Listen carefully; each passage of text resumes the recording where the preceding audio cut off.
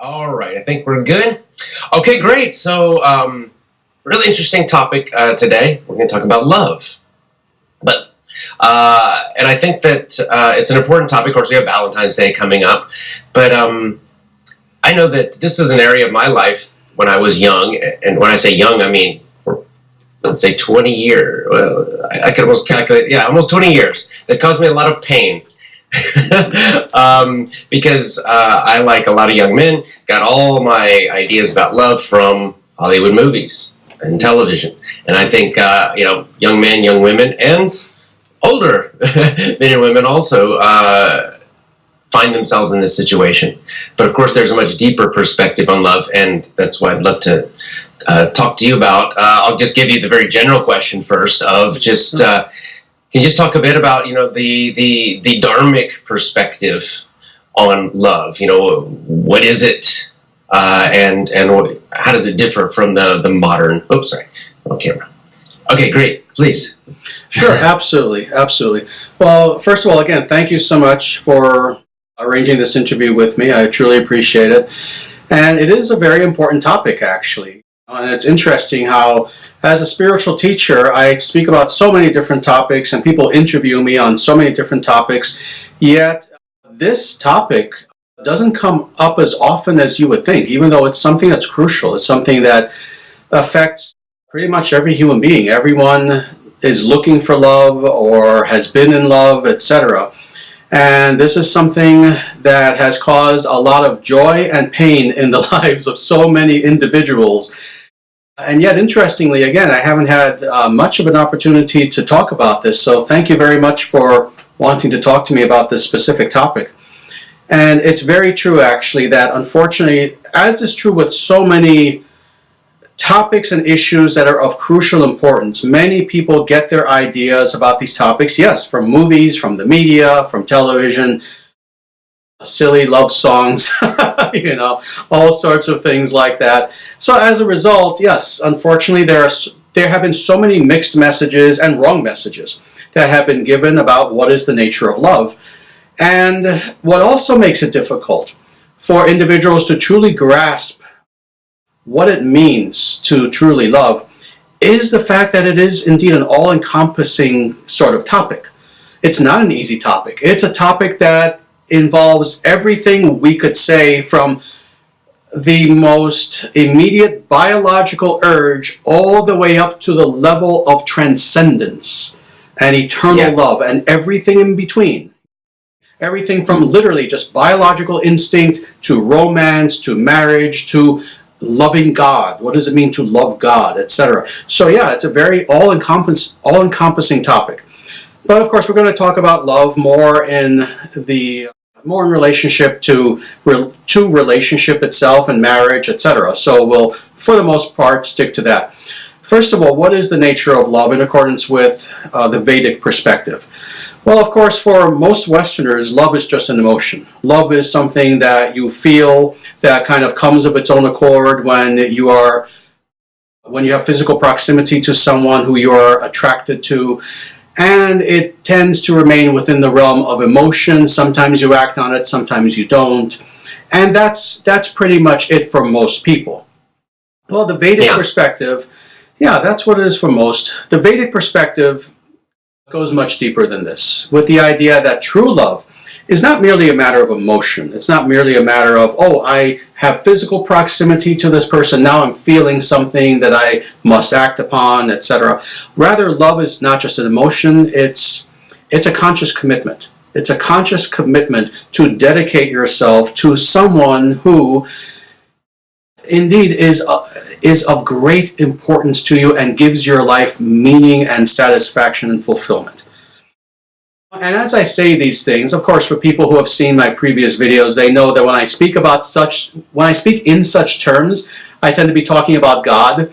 But the truth of the matter is, we can feel this for each other as well. Human beings can feel this for each other. This sense of, this is someone who, when I'm with this person, I feel fulfilled. I have meaning in my life. And more, it's not just a fleeting emotion. It's not just a biological, let's say, lust-filled sort of instinct, but rather it's something in which I have this overwhelming idea within me that, no, I want to actually be with this person. And this is true love. Again, not just an emotion, but a commitment. The idea that, yes, this is someone who I so am fulfilled in their company that I want to be with this person for the rest of my life, and perhaps even beyond. This is the nature of love, and more than this. When one approaches love in this idea of commitment versus just emotion, it also becomes the true fulfillment of love itself, the true fruition of love. And that is that love ultimately is not something that's selfish. It's something that, on the contrary, is selfless. See, this is the difference between, let's say, infatuation versus real love. With infatuation, it's all about me. It's all about, oh, this person fulfills my expectations. I like the way they look. They make me laugh, and it's all about me and me and me. That's infatuation. But what is true love? Love is that, yes, this person makes me very happy when I'm with them, but more than this, I want to make them happy. In turn, I want to make them happy. What I am feeling, these wonderful feelings, I want to ensure that this person who I love is also feeling these feelings, and if I had the power to do so, 1,000-fold. I want them to feel blissful and happy and protected and fulfilled, etc. So this is the nature of true love. It's not taking, it's giving. It's wanting to give to another because you so value who they are that this is the feeling that overcomes you. This is the urge that overcomes you, not just one of, oh, what can I get from this person, but what can I give to this person? See, this is the demarcation. This is where you know that you have gone from just an infatuation, just an emotion, to now actual love. Is when you are saying to yourself, what can I do for this person in such a way that I express my love for this person? So that's the Vedic understanding of what true love is. And of course, everything that I'm describing, it applies to other people in our lives. It applies obviously romantically. If you're a man and there's a woman who you love, or if you're a woman and there's a man who you love. And it applies even to our children. Oh, when you love your children, when you have a child and you love them, you're not thinking about yourself. You're thinking, how do I make this child happy? How do I give of myself, even if it means sacrifice, even if it means I have to work extra hours, I have to give of my time. What can I do to make this child happy? So it applies to others. It also, of course, applies to God as well. And that's the ultimate love. This is also how we should approach love for God. People hear this term all the time, including for me. Oh, love God, loving God, devotion to God. Well, this is what it means to love God, that it's not merely our thinking, oh, what can God do for me? What has God given me today?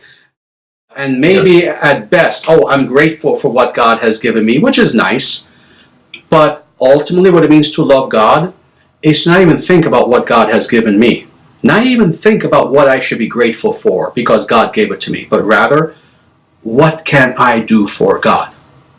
How can I give, in fact, to God?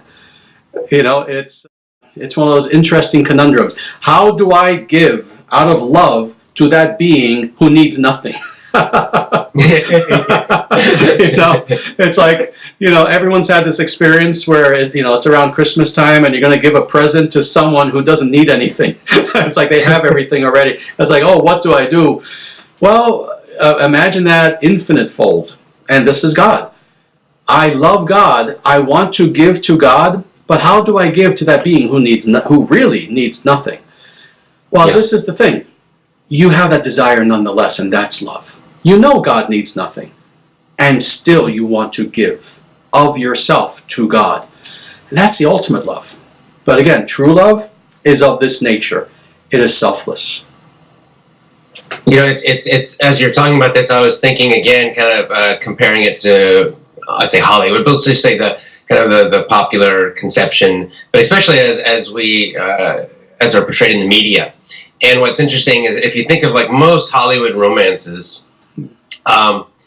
they really end where you're starting, right? I mean, the end is when the guy gets the girl gets the guy, and maybe a commitment is beginning, right? But it's all about the chase and the ups and downs and the emotions and all of that. But then the actual commitment is kind of like, oh yeah, and that happens. Maybe it happens later. Like they don't show it. Like it's not. That's not important. What's important is this exciting surge of emotions in this roller coaster, and then afterwards, whatever, right? But exactly. What you're saying is that's where it actually begins. Is that commitment, that desire to contribute to the other? Yeah, the whole romance that Hollywood tends to show in movies and different things, you're right, it's exactly like that. It's the chase. It's everything that happens before the commitment. And you're watching these scenes. Oh, are they going to get together? Are they not? Oh, look, it looks like a problem has come up. Maybe they're not going to be together.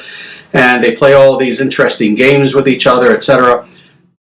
But then it stops as soon as they come together and when really things are supposed to begin.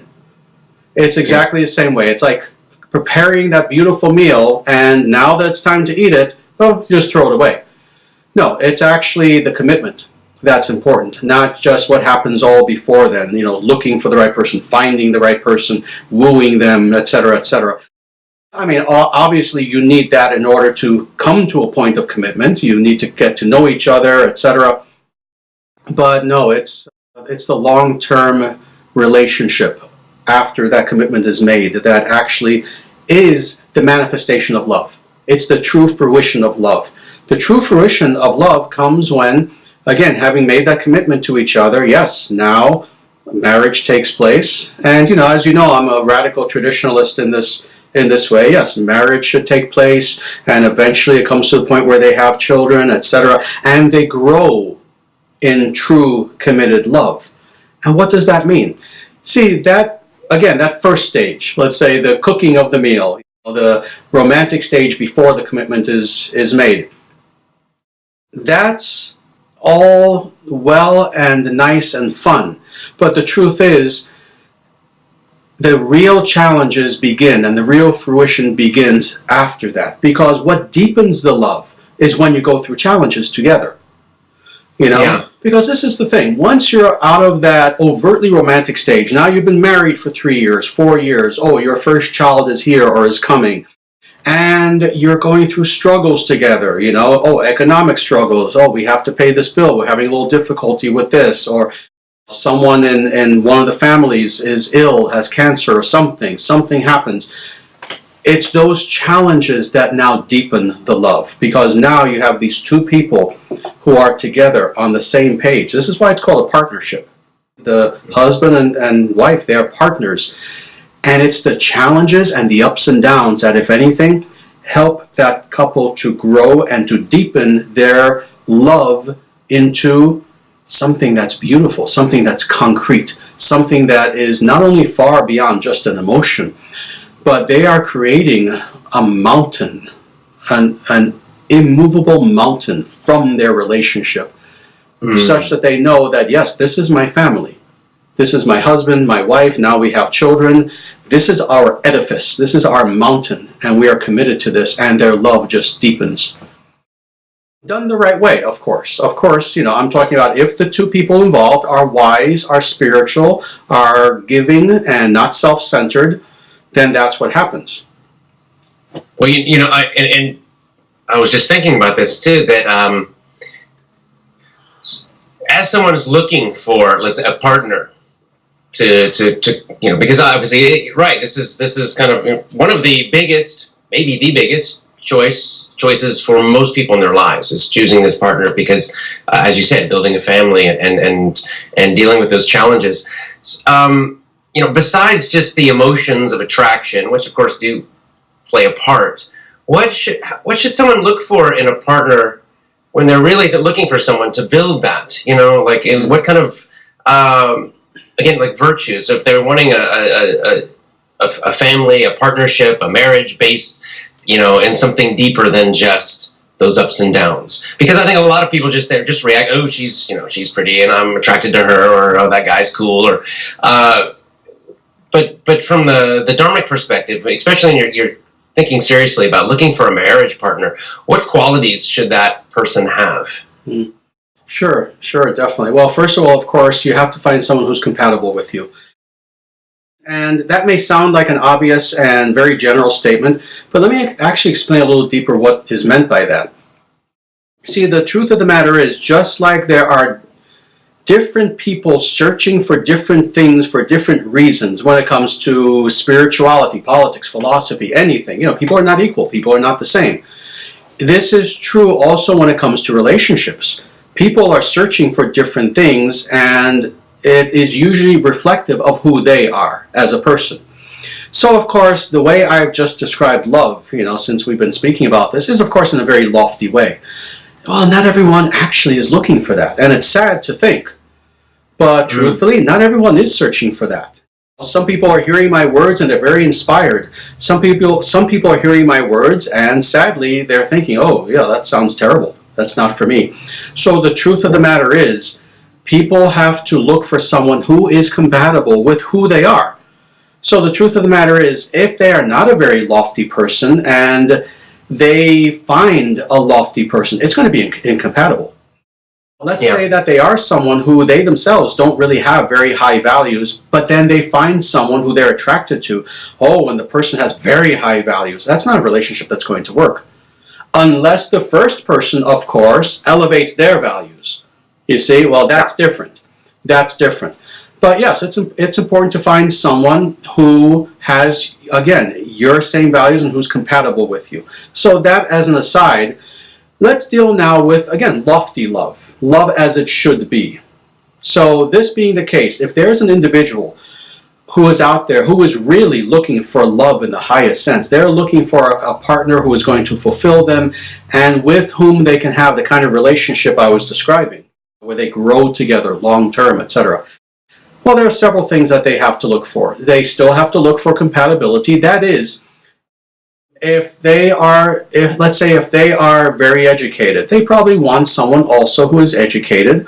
If they themselves are someone who, let's say, comes from a certain linguistic background or something like that, they want someone who understands the same language. I mean, these are all obvious things. But then when it comes to the less obvious, so that is values. Yes, if they themselves hopefully are someone who has, again, very high quality values, they want to find someone who reflects that. So both you and I being men, and not to make this in any way sexist, but from our perspective, let's say we were looking for a woman.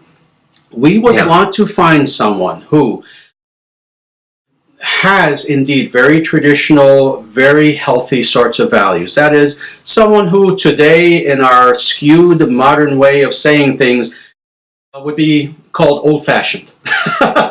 Well, I don't care for that term, old-fashioned. There's no such thing as old-fashioned. There's a person who is a slave to modern fads, or there's someone who is traditional. So we would look for someone who is traditional. That is, who is strong enough, who is courageous enough, that they have values that they stick to. So they believe in telling the truth. They believe in morality, that is, in not stealing and not harming people, etc. They are someone who they themselves tend to think long term. They don't just react in accordance with, what's in front of them. If we are the sort of person who we want to think long term as far as love, that is not just surrender to our emotions right then and there, but no, we're looking for someone who we want to be with for 50, 60 years until we finally pass away or they pass away, then we need to find someone also who is like that. Let me just say this as a summation of everything I just said. You know how there's that saying that opposites attract? Yeah. That may or may not be true, that they attract, but one thing I can guarantee, opposites don't last. Opposites don't last. They may attract each other, and that's quite feasible, that two people might be so different that they just are kind of fascinated with each other. But one thing I can guarantee is that if you have a relationship with someone who is opposite you in every way, that's not a relationship that's going to last in any way whatsoever. So yes, this is what's important, is to find someone who has these lofty values, etc. Let me just say one other thing, which is crucial, and that is, if you are a spiritual person, I know that both yourself, many of the people in your audience who are listening to this, they are spiritual people. If you are a spiritual person, you must find someone as your partner who is spiritual. And don't let anyone lie to you about this. I've heard people have discussions where they'll say, oh yes, no, you can be an atheist and marry someone who's spiritual, vice versa, and oh, it'll work out. No, it will not work out, actually. It's guaranteed it will not. It may for a few years, but ultimately this is something that is of such fundamental importance to the makeup of who we are, that if you are a truly spiritual person, and you find someone who is not, or even the opposite, they're an atheist and they just despise spirituality, I can guarantee that's not a good partner for you. If you're a spiritual person, you must find someone who also is spiritual and with whom you are on the same page. Oh, how nice. How symbolic. You're on the same page together in spirituality. Very important. So, yes, hopefully that answers the question. Oh, excellent. And I promised today that I would let people ask more questions since I get interested, fascinated. So if you don't mind, I'm going to go ahead and go to our live stream and read out some questions to you. That's absolutely, okay. Definitely. Okay, great. Okay,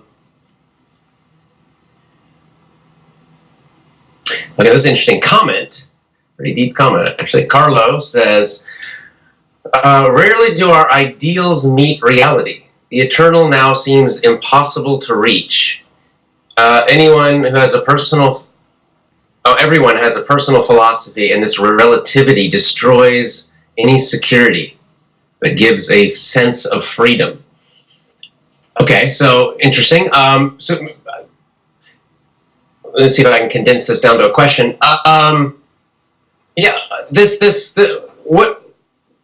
What are kind of the eternal values, I guess, then, for love and relationships? Because he does make a good point of that, we live in an age now where everyone's like, oh yeah, I've got my own ideas, right? Like, we'll just throw out thousands of years of tradition and of marriage and family, and we'll just do whatever, So what's your perspective on that? And I guess the dangers of that, and then the solution.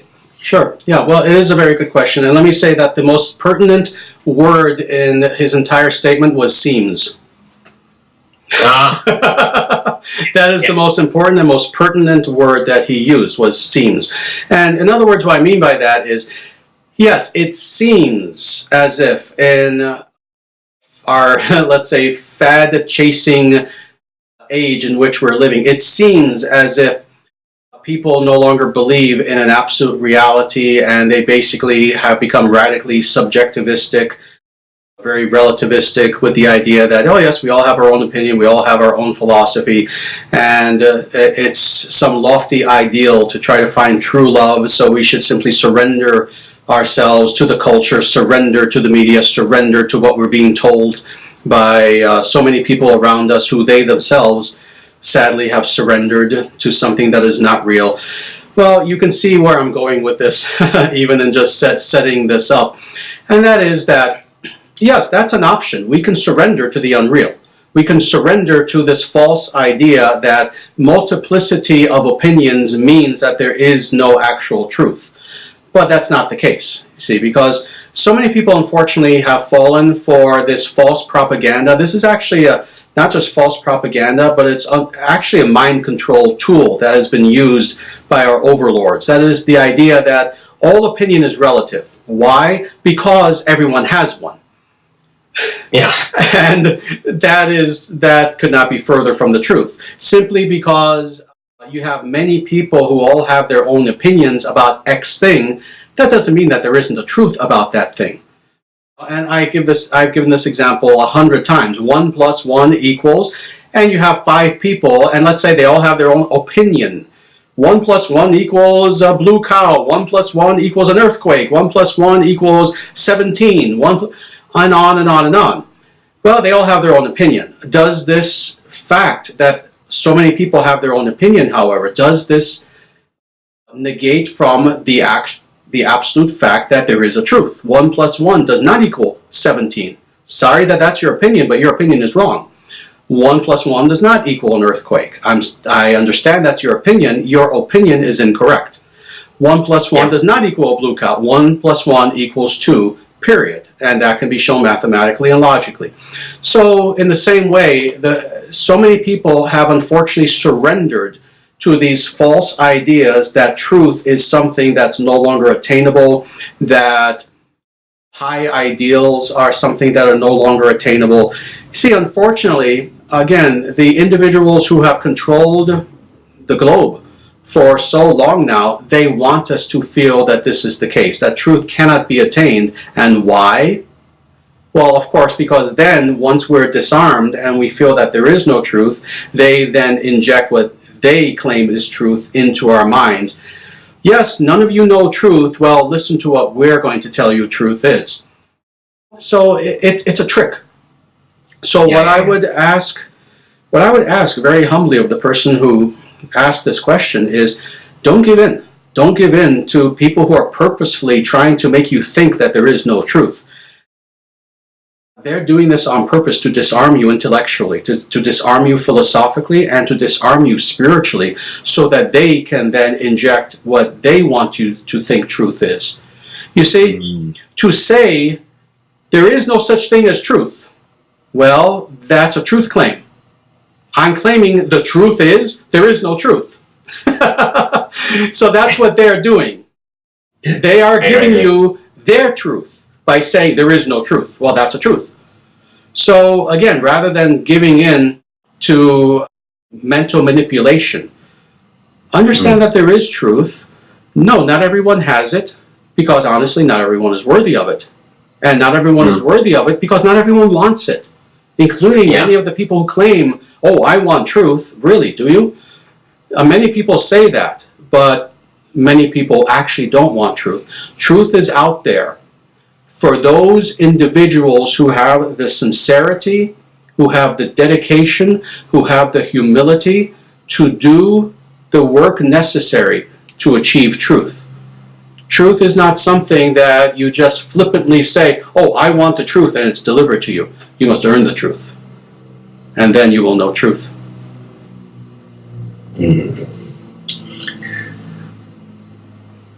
Next question is from Lisa. Let's see, let me just swap my camera. Oh, this is interesting. Okay, so she says, she's talking about, we need to love not only those who deserve it, but also those who need it. It's very important, especially when there are hard times in the family. So it's you could just comment, I guess, about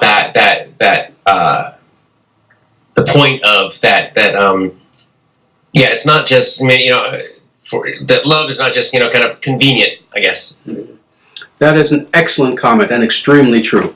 Yes, again, that is the nature of love. You see, if we feel that love is an infatuation, then yes, what happens when the person we're in love with, they're having a bad day and they're not very attractive right now?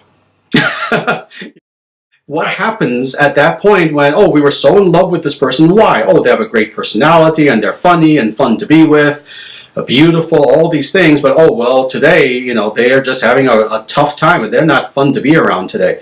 If love is just an infatuation for us, then at that moment, we leave. We're out of there.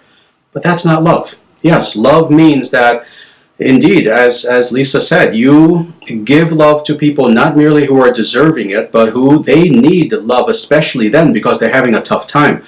Because they're going through something. They're going through something traumatic or some tragedy that happened, or they're just having a truly, truly bad day.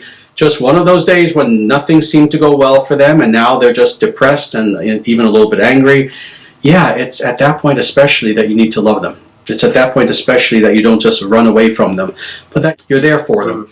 And even if it means that you don't even say anything, because they're in such a state that even if you say something, that will even make them more upset. Still, just be there for them, even if just silently. They know that you're in the room with them and you haven't abandoned them. That will be healing. Just having them know that you're there and that you love them. Wonderful. I'm getting tons of questions. I'm looking away. Sometimes I'm trying to keep up with the I understand. questions bring it here. Let's see. There was an audio problem too I was trying to fix. Let's see. Okay, wow.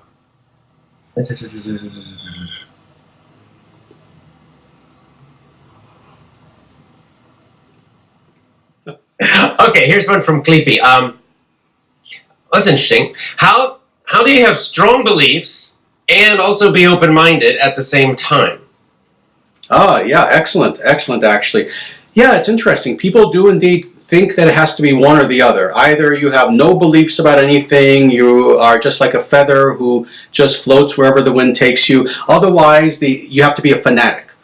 And the truth of the matter is, no, it's not a matter of one or the other. In fact, on the contrary, what we have seen from people who are wise in the past, people who are truly wise, is that they understand the absolute nature of what they know to be true on the one hand, but on the other hand, they're at peace with it. In other words, it's not that, okay, understanding certain truths. So, for example, I understand, yes, God exists. I understand I am an eternal soul. I understand that I am meant to have compassion and love for all beings. I understand that there's such a thing as right and wrong, etc. I have absolute understanding about this on the one hand. But on the other hand, it doesn't mean that these are the only things I can talk about and I have to be constantly hitting people over the head with these truths, etc., and be very fanatical about this. No, on the contrary, true wisdom also brings about peace within, to the point where, like with myself, for example, this may surprise people because people know I'm a full-time spiritual teacher. This is literally all I do. People might be surprised to know that I am not always, let's say in mixed company, I'm not always bringing up these topics. So if I'm, let's say, at the supermarket and I'm talking to the cashier, I will just talk to the cashier about the weather. It's not like as soon as I meet this cashier who I've never seen him, I'm like, oh, and by the way, oh, thank you for the change. And do you know that God is a reality? No, I don't bring these topics up. The only time, actually, that I speak about these things that I absolutely know to be true is when people ask me or it's the correct context. Like this, like an interview. Yeah. And even then, as you see, I tend to not speak in any kind of fanatical sort of way. So yes, a person can have very strong beliefs on the one hand, but at the same time, yes, you don't need to be fanatical about these things to the point where it's the only thing you can talk about. On the contrary, when you truly possess truth, you have peace and you actually have tolerance for people and things around you. So yes, it can be done. It doesn't have to be one extreme or the other at all. Tanushka asks, is it really true that okay, so I guess this is talking about the nature of the difference between ordinary physical love and what she calls kind of uncontrollable or, ideal soul love. Is it really possible to have that kind of soul love, which is different than that kind of physical? I don't know if physical love... I think this is one of the confusions, right? That we use this word love for so many things. Exactly. Like I love pizza, like it's hard to. Yeah, we're really talking about very different things, but I guess could you talk about that difference between? Is it possible? Is it really possible to have that ideal love, the spiritual love? I guess we could call it. Yeah, and you're right. This is the problem. Is that, for example, in ancient Greek, I think they have 7 words for 7 different kinds of love. And, this is true in Sanskrit. There are dozens and dozens and dozens of words for different manifestations of love. But in English, there's just one word, love. So it makes it difficult for English speakers especially. Maybe in the future, as an English teacher, you can correct this. You can come up with some more interesting words for different kinds of love, and we can fix this once and for all. But yes, there are indeed different kinds of love, and while they have to be understood as indeed being different, it doesn't mean that they're necessarily disconnected. Now, this is something that's important for people to understand. So, for example, indeed, when I talk about this very lofty, very transcendent, spiritual sort of love, people mustn't have the idea that, oh, if you have that, that means that, oh, then you're not capable of loving in any other way, including ways that would be considered kind of lower manifestations of love.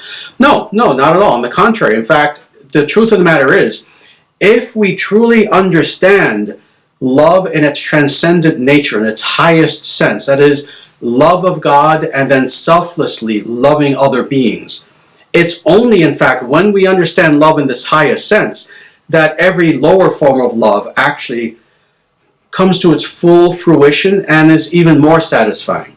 So this is why, for example, yes, and I always have to make this clear to people, a person, let's say, who is a God-realized person, someone who is a sage, someone who's a yogi, someone who is very lofty and is very close to God, that can be someone who also is married, who also has a husband, wife, someone who is even engaging in physical love and all sorts of what would be considered lower forms of love, just trivial, let's say, mundane kinds of love. Oh, a person who loves God can still love their dog.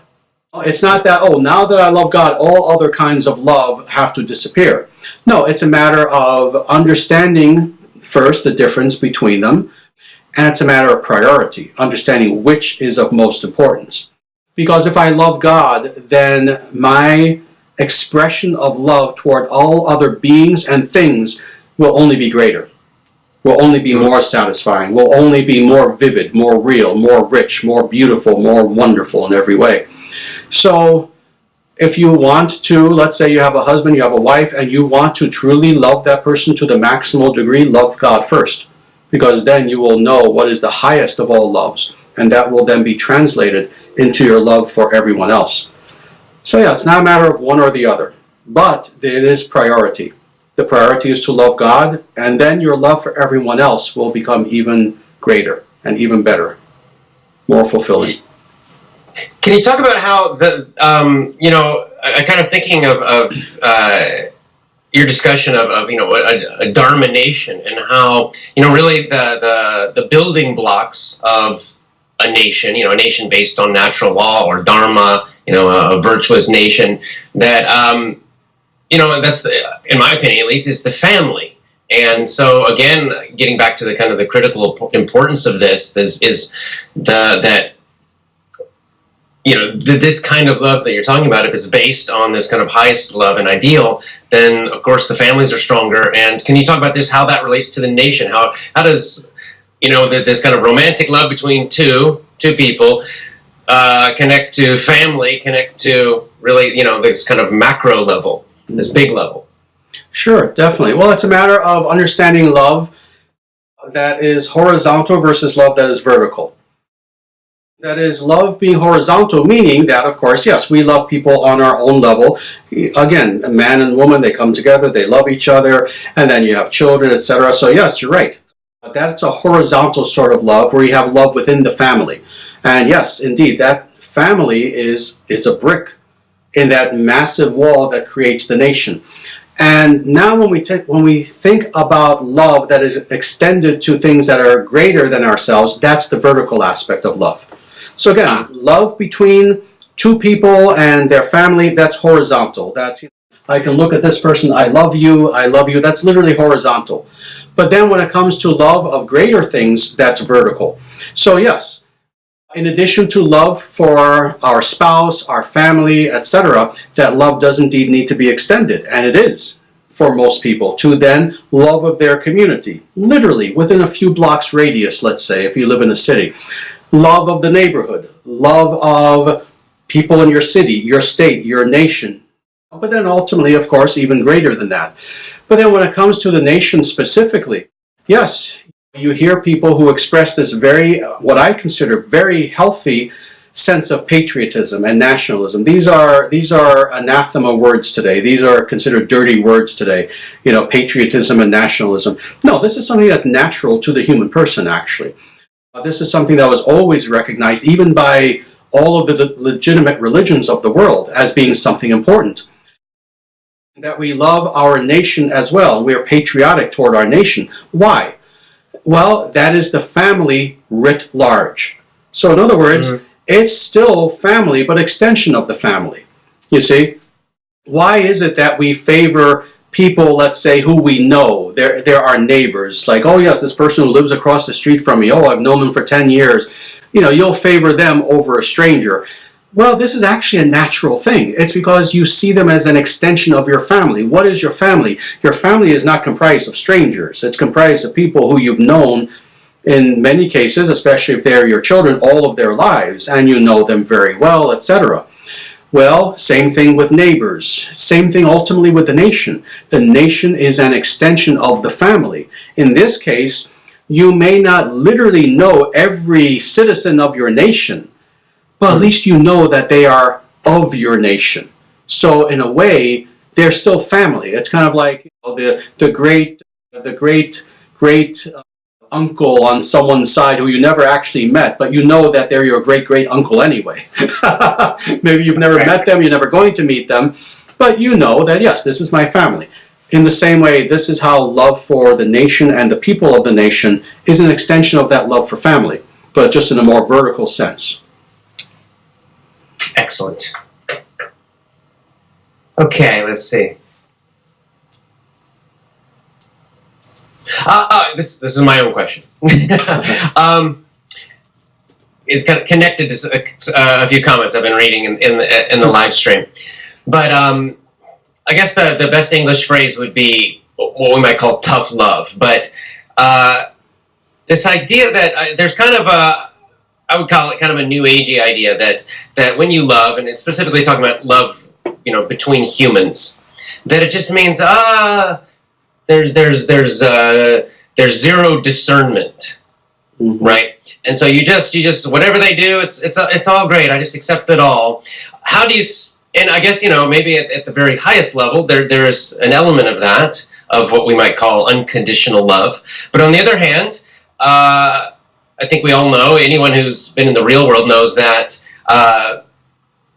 people we love may, in fact, do very destructive things or harmful things, and or even people that maybe we care about, in our community, and we're required to be tough with them in some way, right? To have some discernment. So how do we square this idea, or put these two, what's the word I'm looking for? How do we, make decisions in this way? You're right. This understanding that on one hand, this kind of, I guess, what I would call very soft, open, love of acceptance and all these things. And on the other hand, that, like, I guess an extreme example, your brother's an alcoholic, and do you just keep giving him money and let him live with you, and just, this can actually be destructive if you're too kind in a way. So this relationship, I guess, between discernment, judgment, and unconditional love, and this ideal. Mm-hmm. Sure. This is actually a very important question because, yes, many people experience this, where they have this confusion where they think that, yes, love means that you allow the person who you love to indeed do anything, and that's my expression of love for the person. They will even make the mistake, and it's a horrible mistake to make, to think that that's what unconditional love means. That it means that, oh yes, I will never judge. See, this is where the New Age person comes in. I will never judge. Oh yes, my brother is a meth addict, and my sister here is, yes, a severe alcoholic and drinks pints and pints of vodka every day, and she's killing herself. No, I won't say anything, and that's how I express conditional love. No, that's foolish. That's not unconditional love. In fact, that's the opposite of love. That's self-love. That is not even self-love. That is a destructive form of self-centered self-love. That's selfishness, actually. Why? Because rather than through love truly doing the right thing, you're taking the easy route. You're taking the easy route. You're claiming all these, again, lofty ideas. Oh, yes, this is unconditional love. No, it's laziness and cowardice on your part. The reason why a person does not want to indeed tell this person they love the truth is because they're lazy, they're unintelligent, and they're cowardly. And they want to hide that fact by claiming all these lofty ideals. Oh yes, I'm expressing unconditional love by not judging and not trying to help these people. No.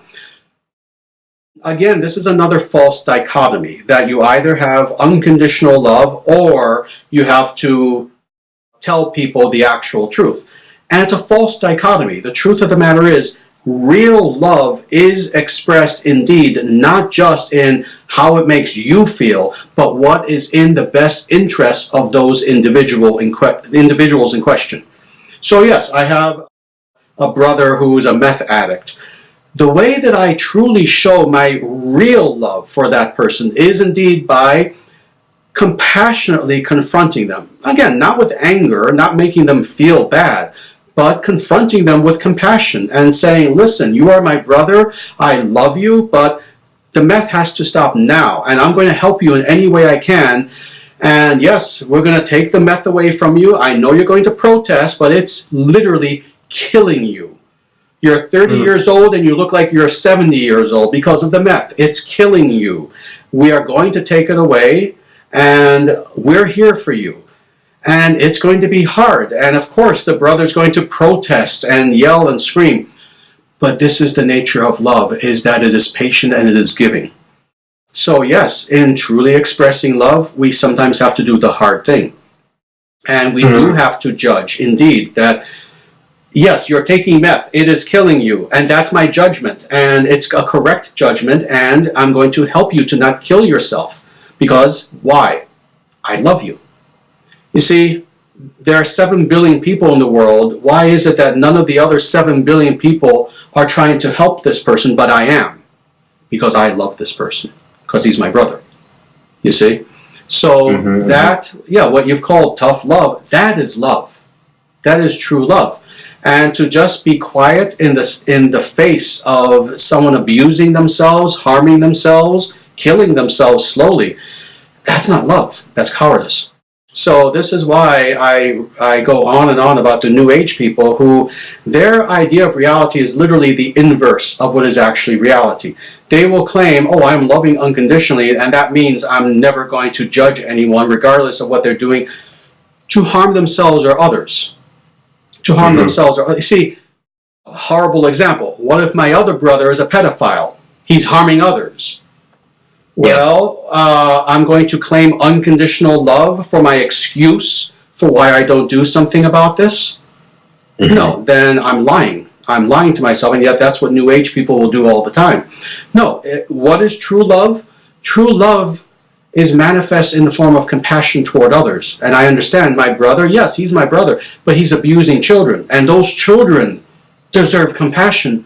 Oh, I am going to do something about this, you better believe it. And that's a manifestation of love. Sometimes for people, children who I don't even know who they are, but I know they're being abused, I'm going to put a stop to it.